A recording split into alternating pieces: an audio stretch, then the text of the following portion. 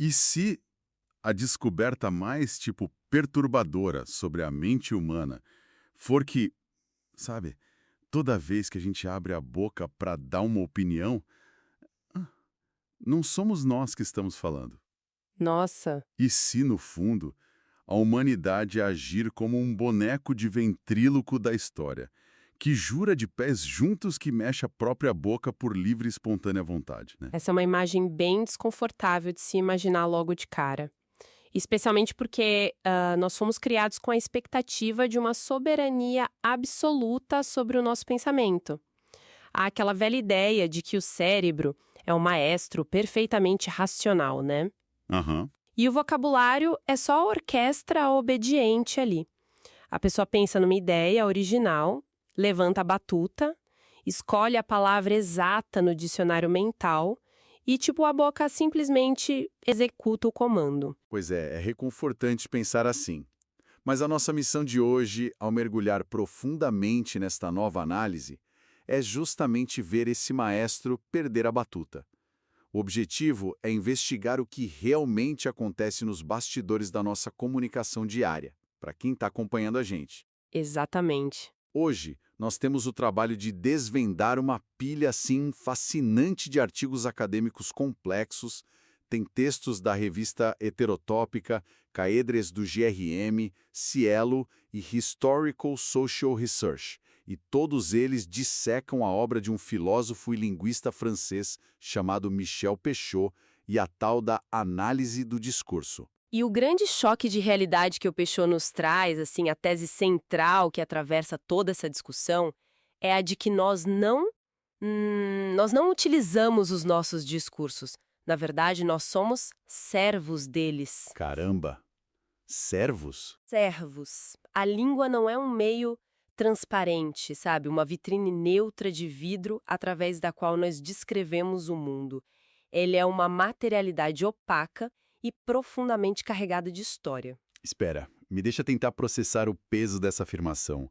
Ser servo do próprio discurso significa que a matéria-prima do nosso pensamento, tipo as palavras que a gente escolhe numa simples conversa de bar ou, sei lá, num debate político acalorado, Elas já vêm com uma bagagem invisível. Exatamente isso.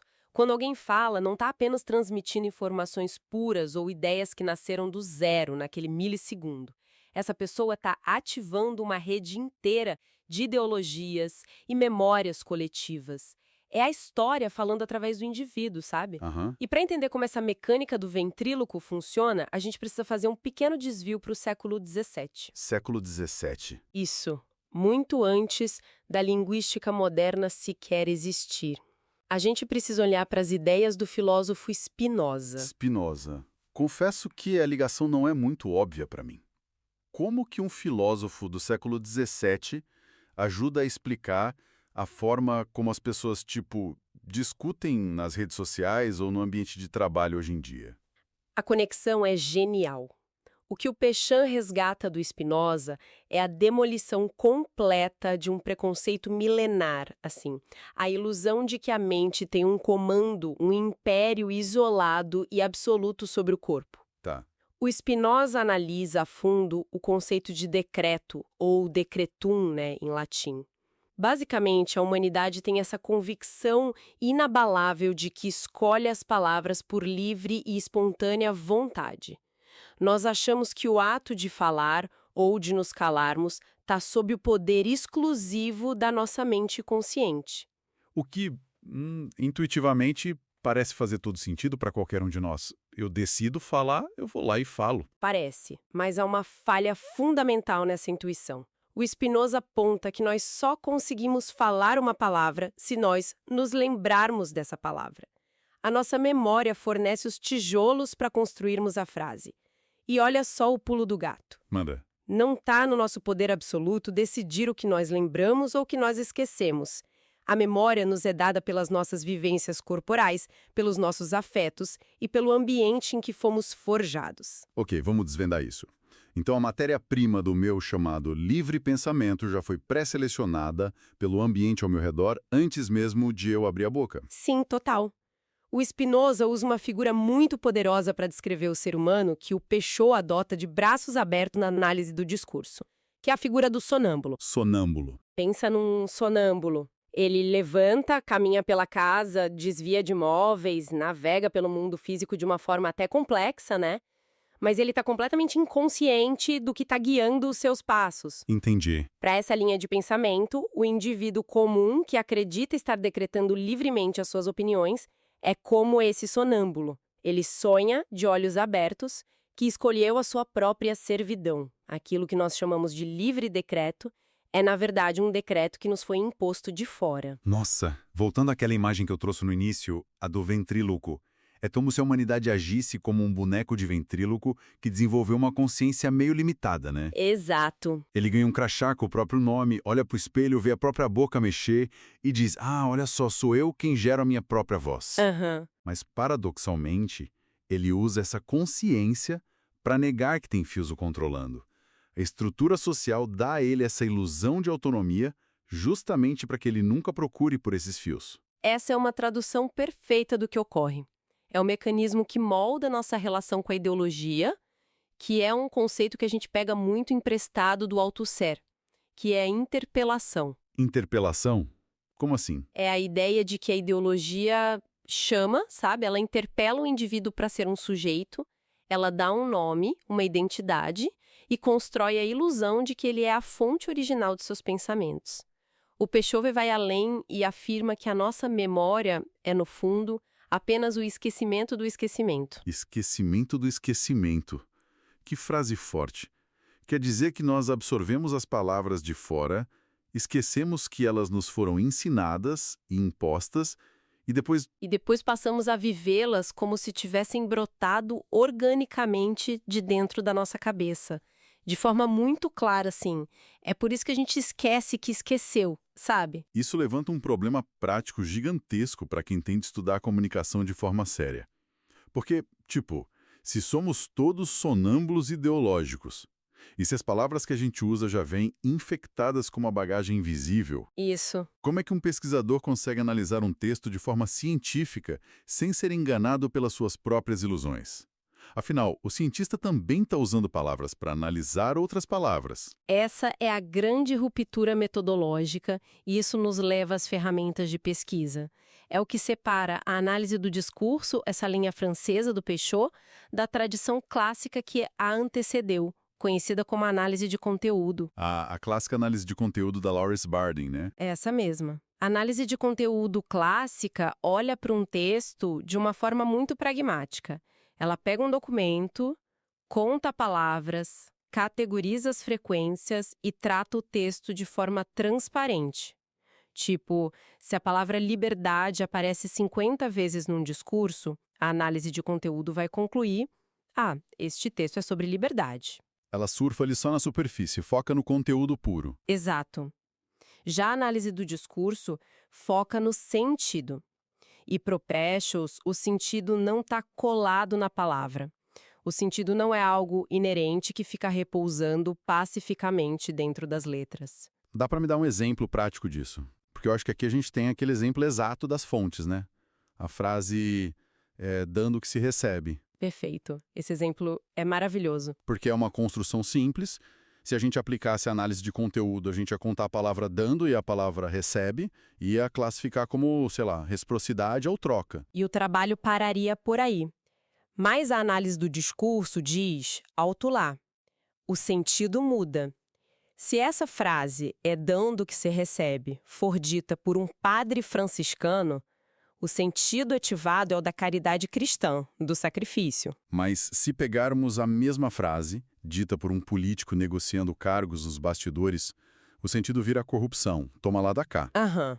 E se for dita por uma prostituta nas ruas, o sentido muda pela terceira vez, indo para uma transação física.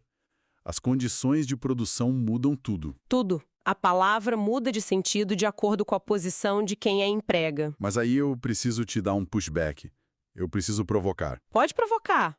Se o sentido muda dependendo de quem fala e de onde se fala, a análise do discurso não corre o risco de ser só um achismo, tipo uma interpretação livre do pesquisador? O que é fascinante aqui é que a interpretação não é livre, de jeito nenhum. A análise do discurso não é um clube de achismos interpretativos, porque ela exige que o pesquisador una duas coisas: o intradiscurso e o interdiscurso. Tá, intradiscurso seria o quê? O texto em si. Isso é a materialidade do texto. É, a linha visível, a sintaxe, os verbos escolhidos. E o interdiscurso é a memória coletiva, os saberes pré-construídos. O pesquisador não adivinha nada, ele mapeia as marcas linguísticas reais e as relaciona com a história e a ideologia. Entendi. Ele tem que provar na gramática o que ele está alegando. Exatamente. Mas mesmo assim, a gente sabe que para evitar exatamente esse achismo e a intuição humana puramente falha, o Peixoto tentou algo meio radical na década de 60, não foi? Ele tentou automatizar a análise. Sim, é uma história incrível. Ele se baseou no pano de fundo epistemológico do Gaston Bachelard. A ideia de que a ciência se faz rompendo com a ideologia do dia a dia, o tal do corte epistemológico. E para o Bachelard, um instrumento científico é, na verdade, uma teoria materializada. Ou seja, a ferramenta força o cientista a enxergar além do senso comum. Isso. Então o Peixoto cria a AAD69, Análise Automática do Discurso. Ele usa algoritmos de computador da época e a linguística do Zelig Harris para analisar as relações metafóricas e sintáticas entre textos. De forma automática? Sim, a máquina pegava o texto e quebrava em matrizes sintáticas frias, sem que o analista contaminasse os dados com a sua própria leitura intuitiva logo de cara. Aqui é onde a coisa fica realmente interessante. Porque eu fico pensando como é possível um algoritmo na década de 60, ou mesmo hoje, entender ideologia. Não entende. Pois é, um computador não é programado por humanos que também estão imersos em suas próprias ideologias. Totalmente. E o Peixoto sabia disso. A genialidade e também as limitações da AAD69 é que a máquina não entregava o resultado pronto. A automação era apenas uma fase formal para gerar uma matriz. Ah, então o computador não dava a resposta final. Não. O analista ainda precisava intervir antes na construção do corpus, dos textos escolhidos, e depois na interpretação dessa matriz gigante de dados. A ideia não era eliminar o humano. Era só para segurar a onda do pesquisador. Exato, era para forçar o pesquisador a olhar para a estrutura sintática de forma puramente objetiva, matemática, antes de sair interpretando loucamente. Era um freio de mão intelectual. Muito bom. Mas, pelo que a gente tem documentado nessas fontes, apesar de todo esse esforço tecnológico monumental, a linguagem provou ser selvagem demais para caber perfeitamente numa matriz matemática, né? O projeto meio que fracassou. Fracassou no sentido técnico, mas foi o triunfo da falha, sabe? É aí que entra a evolução do Peixoto nos anos 70 e 80. Ele percebe que a AAD69 assumiu um discurso muito estável. Como se a linguagem fosse sempre bem comportada. O que era a moda do logicismo extremo da época, tipo a gramática gerativa do Chomsky. Acreditava-se que se a regra fosse aplicada, a comunicação era perfeita. Mas, na realidade, a linguagem é marcada por uma profunda heterogeneidade. Ela é bagunçada por natureza. Muito. O Peixoto passa a focar, então, nas falhas, nas escansões, nas defasagens e nos equívocos. A linguagem não é apenas lógica. Ela é um jogo com as regras. Ela é cheia de lapsos, de frases interrompidas. E um exemplo claro disso é a homofonia. Homofonia? Tipo, palavras com o mesmo som, mas sentidos diferentes. Isso. A máquina via a homofonia como um erro do sistema, que precisava ser corrigido. O Peixoto percebe que não, que o erro de clareza é justamente onde o embate ideológico transparece. Então, o que tudo isso significa? Quer dizer que quando a gente gagueja no meio de uma fala importante, ou quando a gente comete um lapso freudiano, ou até quando a gente quebra a gramática de propósito, é exatamente aí que a verdadeira disputa de poder e de sentido está acontecendo. Se conectarmos isso ao quadro geral, sim, absolutamente.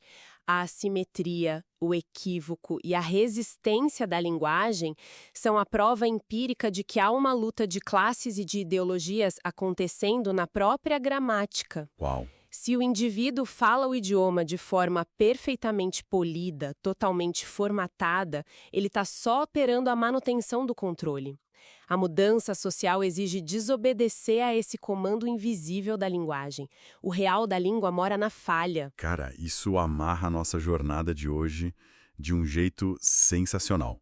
Porque a gente começou entendendo que não somos os donos absolutos das nossas palavras, né? Aham. Passamos pelo decreto de Spinoza, pela teoria do Bachelard, vimos a diferença gigante entre conteúdo superficial e o sentido profundo. E vimos que a máquina não deu conta. Exato. Descobrimos que até os supercomputadores do Peixeu não conseguiram domar a natureza rebelde da linguagem humana.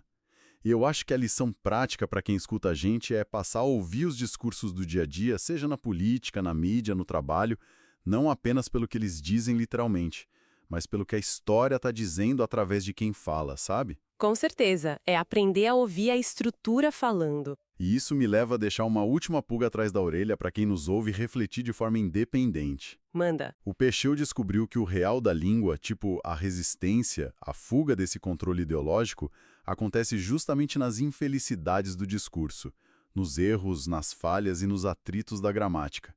Sendo assim, o que é que acontece com a nossa capacidade de resistir e de criar novos sentidos agora, numa era dominada por inteligência artificial generativa e por corretores automáticos de celular? É uma ótima pergunta.